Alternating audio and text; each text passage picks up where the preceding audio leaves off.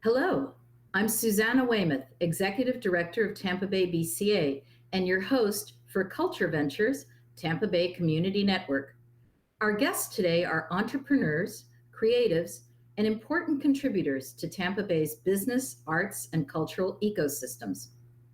Our first guest, Jerri Menaul, together with her late husband, abstract surrealist artist Scott Menaul, co-founded and built their company, My Favorite Art Place, from the ground up.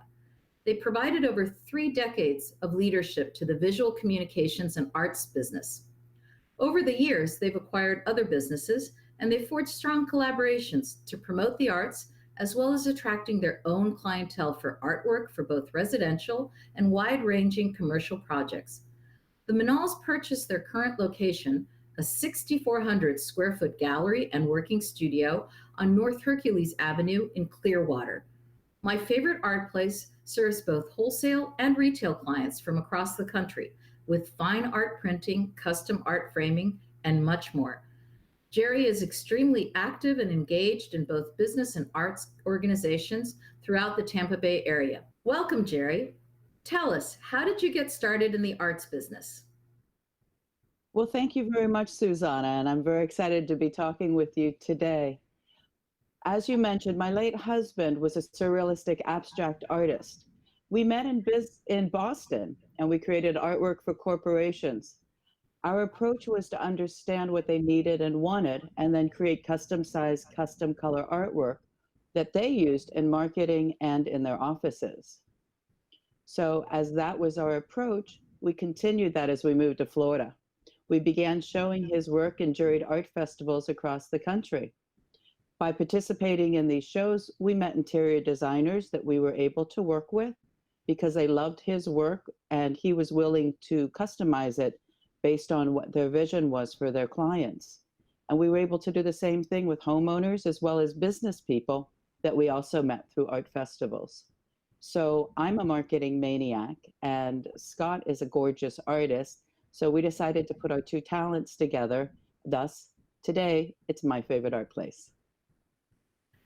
So I know that the times are very unusual. Tell us all throughout your long history of this, what do you mean by, how has your approach changed or stayed the same? Well, Scott's goal as an artist has always been to raise the tone level of society. He just really loved being able to make people happy with his artwork. And so that's what we continue to do today. It's one of the core values of our business. We simplify that in our marketing speak by saying, surround yourself with art that makes your heart happy.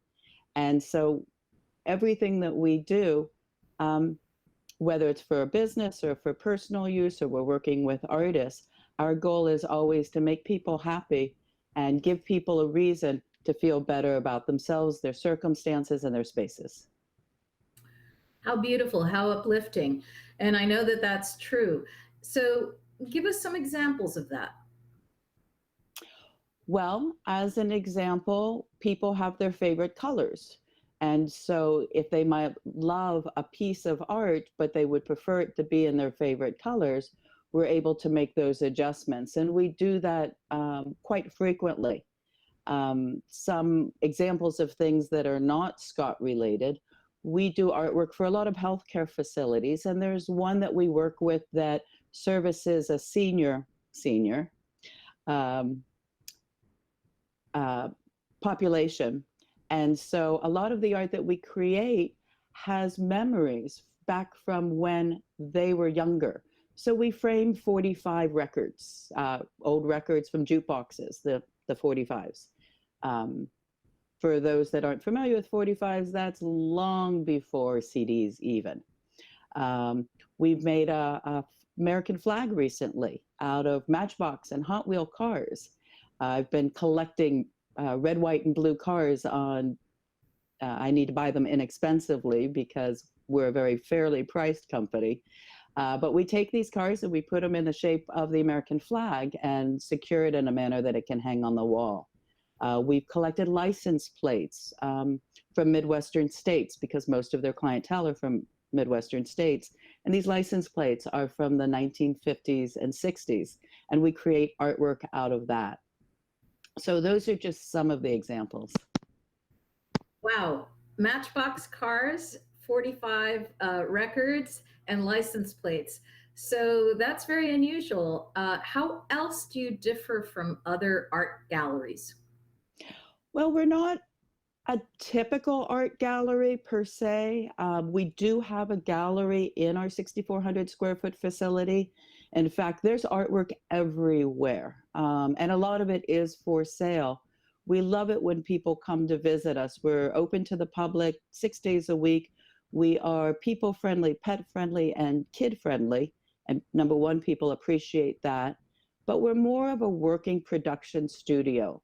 So while there is art everywhere, the majority of our space is used for either printing on canvas and paper, but also metal and glass, fabrics. And then we have a very, very large custom frame shop in-house, and that gives us huge, huge wood shop capabilities. And that's another way that we're able to customize things. So when we give people a tour, we take them all the way through the building.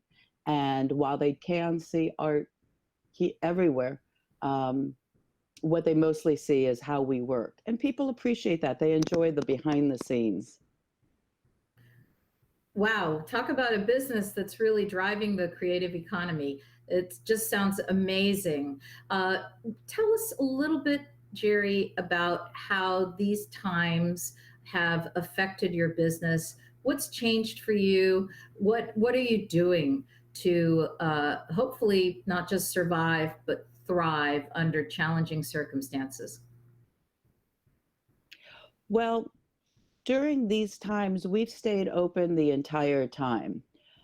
We curate and produce artwork for healthcare facilities. Therefore, that makes us essential.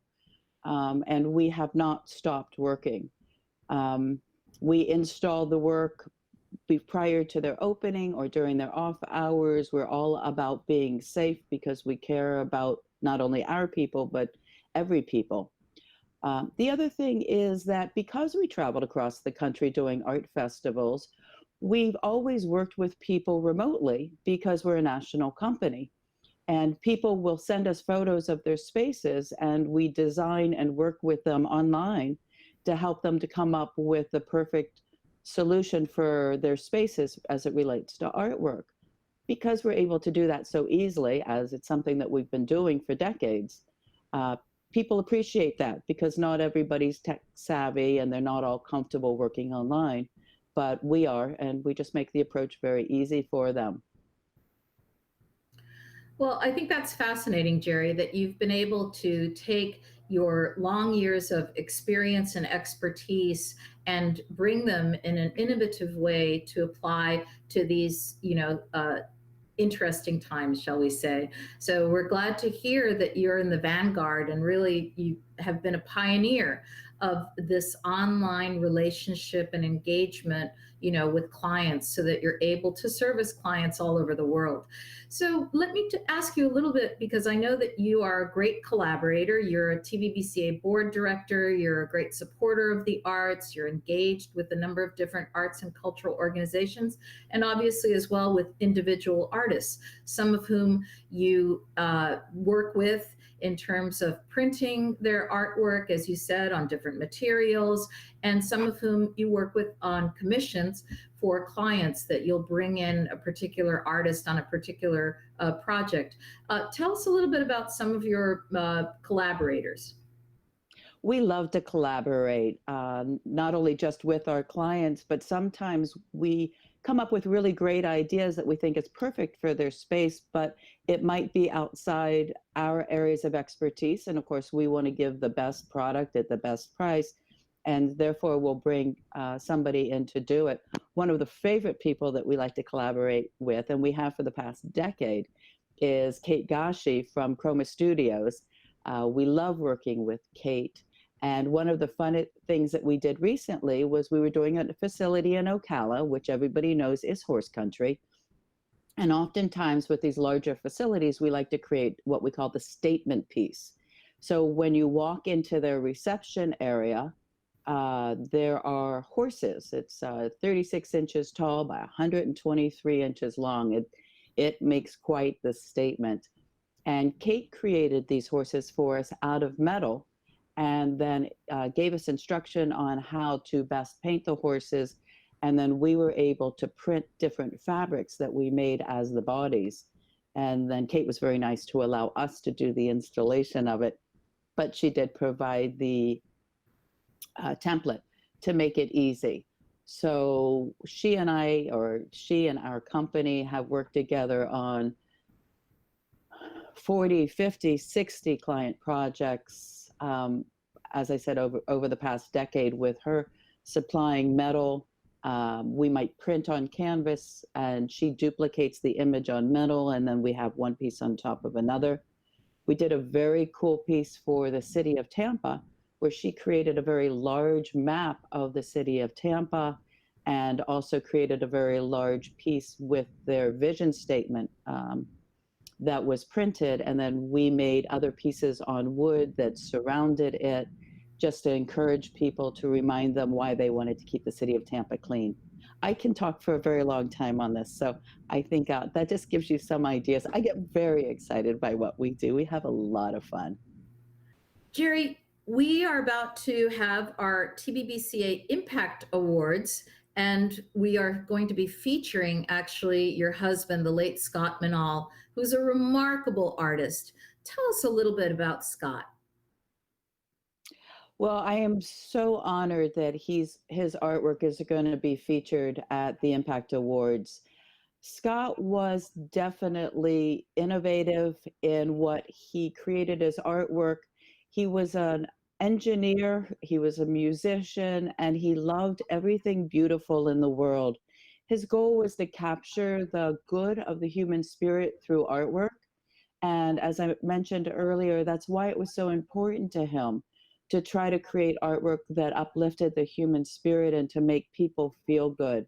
His happiness was just to be able to talk to people about his art, how they interpreted it, find out how he could help them with his artwork to make them feel better. But he also gave a lot of time and energy with other artists and helping them to grow. And that was something that he did in Boston as well. When computers first came on the scene, would advocate with art directors, you have to get online, and the art directors that were old school would say no, and he would not sleep at night. I'm so worried that Len's not going to make it when the world changes. So that love and care was genuine. He was very, very focused and always trying to push himself to be better, do better, change with the times. He's just a really, really nice guy too. Well, he was a real pioneer. He had one of the first integrations, as I understand it, with digital and traditional photography, and some of his work is just remarkable. They're portals into another world. I know that he had a love of physics and geometry. As you said, he was an engineer. So we just want to say how proud we are of the late Scott Menaul, and how remarkable the contributions that he made, and that both of you, Jerri and Scott, have made to our community. So thank you so much for being with us today. Thank you. Thank you very much. I truly appreciate it. Well, it's just absolutely wonderful to hear about the business leaders in our community and creatives collaborating so successfully together on so many different projects, and that this is ongoing. So we really appreciate very much your time today and being with us, Jerri.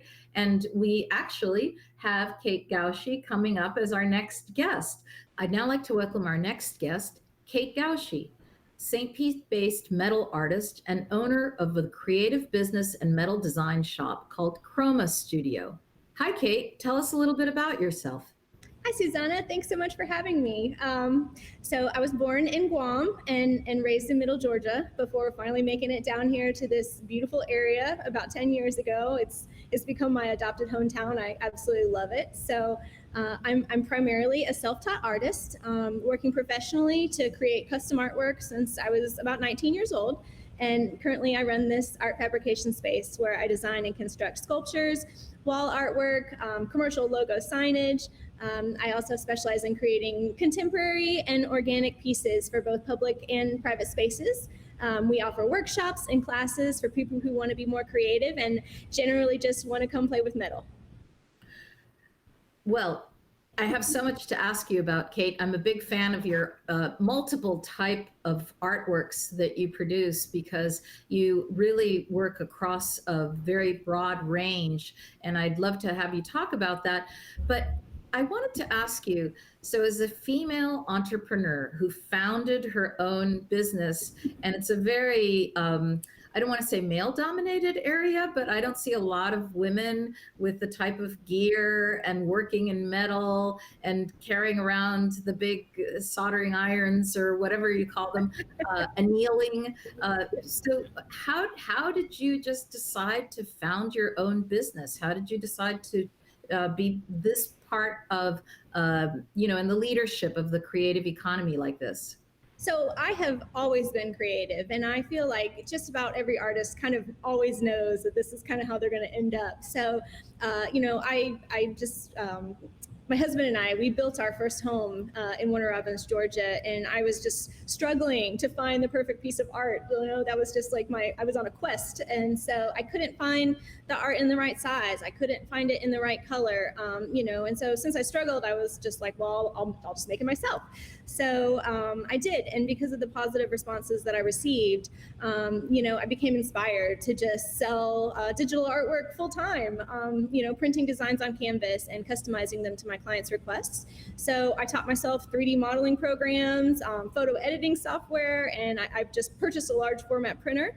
And after several years of selling at the house, my business had just completely taken over the entire house. We had bubble wrap stacked up to the ceiling in the guest room. I was varnishing in the garage. It was just nuts. So we decided to open up our own brick and mortar location for Chroma Studio. And at 23 years old, we were the very first modern art and home decor gallery in Warner Robins, Georgia. So I've been creating artwork personalized to fit my spaces, my client spaces ever since. And I just find that really incredibly rewarding. But the metal aspect of it, I was sitting behind my computer desk and I just needed something more. So after working for 10 years as a graphic artist, I started searching for something a little more tangible that I could actually get up from behind my computer and play with a different medium. So I did a ton of research and ended up becoming just completely enthralled with metal artwork. I decided to embark on a completely different new artistic direction and I was lucky to be able to use my experience working digitally. I combine my technological tools with traditional metalworking tools. So now my process basically involves me creating pretty intricate designs in the computer and various software, and then I use my specialized equipment to cut those pieces out of metal. And then I take those pieces of metal, I weld them, I bend them, I torch them, I patinate them, and then I combine them to produce my artwork. Wow, is all I can say. So you mentioned about personalizing artwork. Tell us a little bit more about that.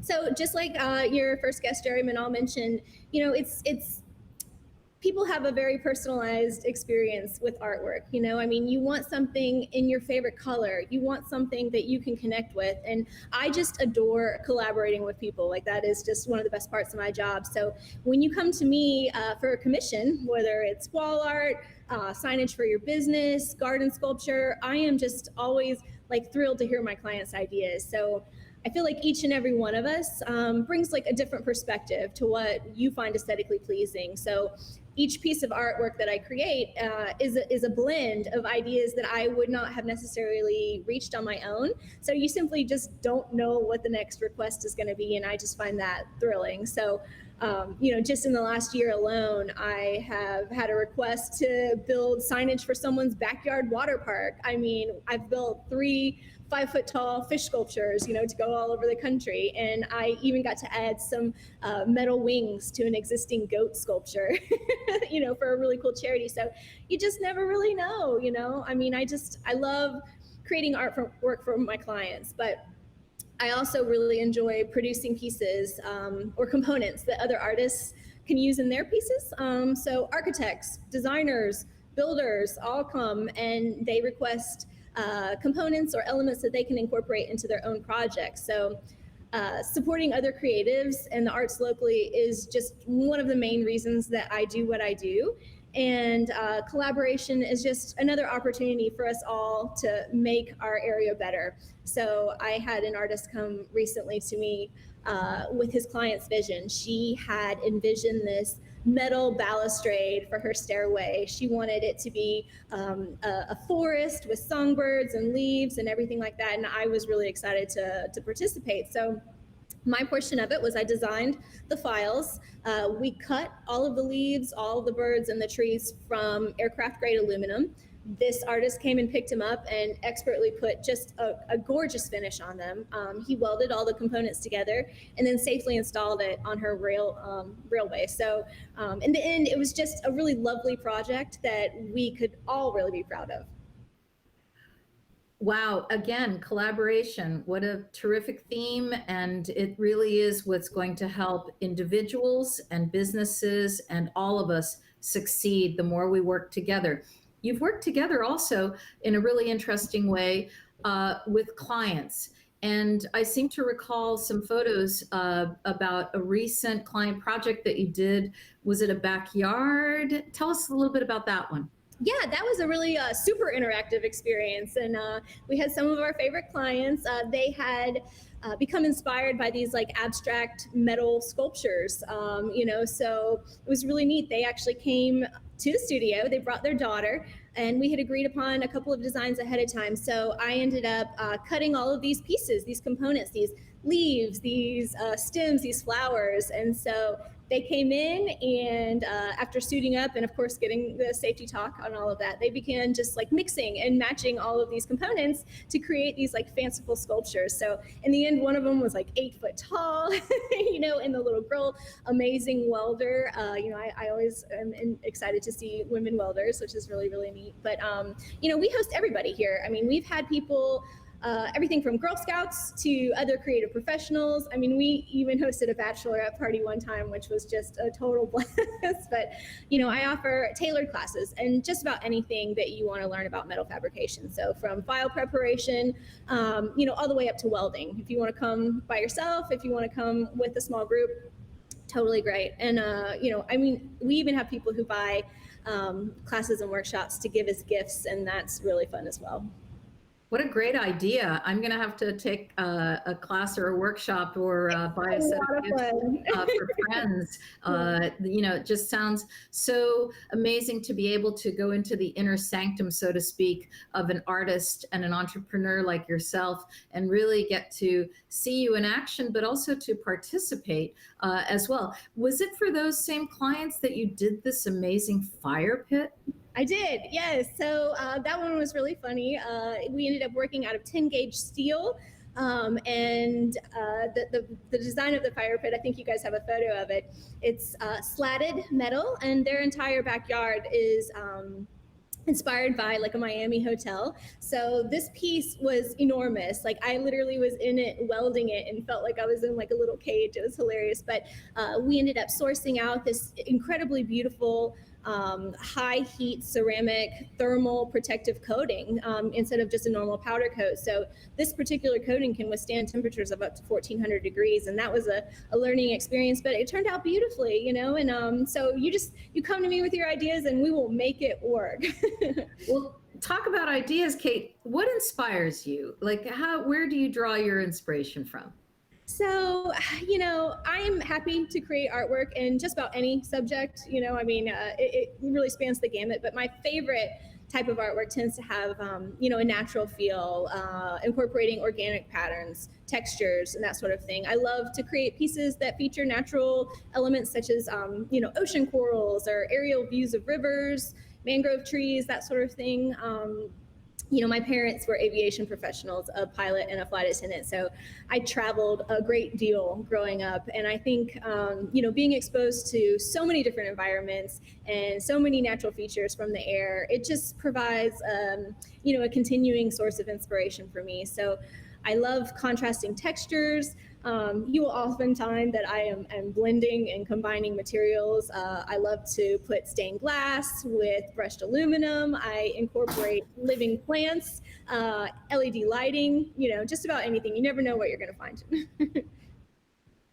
Wow. Well, Kate, these are, again, we were talking with Jerri about challenging times. How is your business adapting? How have things changed for you? What are you doing that might be new? What direction are you moving in right now? So I feel like I have the best job in the world. That is bringing beauty and interest to your environment. I firmly believe that we can all learn from each other, and that sharing information, techniques, expertise, like it only makes our entire community here in Tampa Bay stronger. So I've taken that excitement that I have for creating artwork, and I'm really proud to have helped build a community of creative professionals who really enjoy learning from one another and sharing ideas. So I feel like each project that we take on, it's a opportunity for us to learn and grow, and it really just benefits everybody. So I know I'm always quick to answer any questions or demonstrate a process to anyone who is curious. A collaborative approach to business is really the core philosophy, and I think that's what's made Chroma Studio successful. Obviously, as far as adaptability, this year has brought a ton of changes, really to every aspect of our lives. We have obviously not been without adversity. However, we have been incredibly lucky to have our business grow as we navigate through this new reality of ours.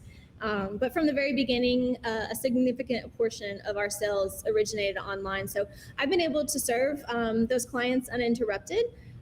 We've also found, another new reality of our situation is that, as many people have come to spend more time at home with their family, working and playing, they've been focusing on their space. And I feel like they've become more attuned to how that environment is making them feel. So they've reached out to us, and we've been able to collaborate virtually with those clients and safely produce and ship their artwork. So I know personally, I have been tackling all those home projects, much to my husband's chagrin. He's great. And, I think that other creative professionals have had more time to work on personal projects as well. So as I mentioned earlier, we just love producing pieces for those, professionals to use in their own projects as well. Well, I'm thrilled, Kate, to hear that you are thriving and succeeding. We need young creatives like you to be drawn to the Tampa Bay area, to stay in the Tampa Bay area, and to make all of these important contributions that you're doing. The innovation economy that you're helping to build, and also Jerri and her late husband, Scott Menaul. This has just been such an inspiring show. I cannot thank you enough for coming on, and we really hope that we will be able to keep up with all of your many different projects. Please keep in touch, and thank you so much. This is Susana Weymouth, your host today for Culture Ventures. Thank you for joining us.